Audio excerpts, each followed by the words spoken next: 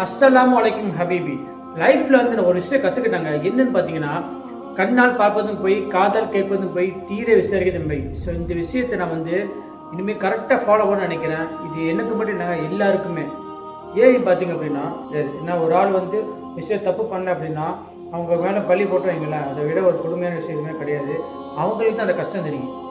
So அந்த மாதிரி தான் ஒரு ஆளை பற்றி ஒரு விஷயம் பண்ணிக்கவும் மாட்டாங்க. அவங்க இவன் இதை பண்ணான்னு சொல்லிட்டு விஷயம் சொல்கிறது பார்த்திங்கன்னா ரொம்ப ரொம்ப ரொம்ப வந்து ரொம்ப தவறுங்கிறது.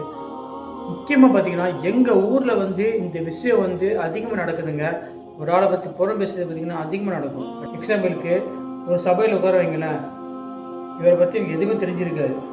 ஆனால் அந்த சபையில் உட்காரும்போது இவரை பற்றி எல்லாமே தெரிய வரும். சின்ன தப்பு தான் சின்ன தப்பு பண்ணிப்பாங்க. ஸோ பண்ணால் கூட இருந்துக்கலாம். ஆனால் எல்லா விஷயமே பார்த்திங்கன்னா முழுமையாக தெரிய வரும். இவரை பற்றி. ஸோ அதை வந்து நெக்ஸ்ட் டைம் அவரை பார்க்கும்போது அவர் மைண்டில் பார்த்திங்கன்னா தப்பாகவே படும். மேபி நல்லானா கூட மாறிக்கலாம். இப்போ விஷயத்தில் எக்ஸ்பீரியன்ஸ் நடந்துச்சு, அதனால வந்து இந்த பதிவிடுறேன். ஸோ முடிஞ்ச வரைக்கும் இந்த மாதிரி விஷயத்தை வந்து தவிர்க்கிறது ரொம்ப ரொம்ப நல்லதுங்க. இந்த பதிவு வந்து எல்லாருக்குமே. அஸ்ஸலாமு அலைக்கும் வரஹ்மத்துல்லாஹி வபரகாத்துஹு.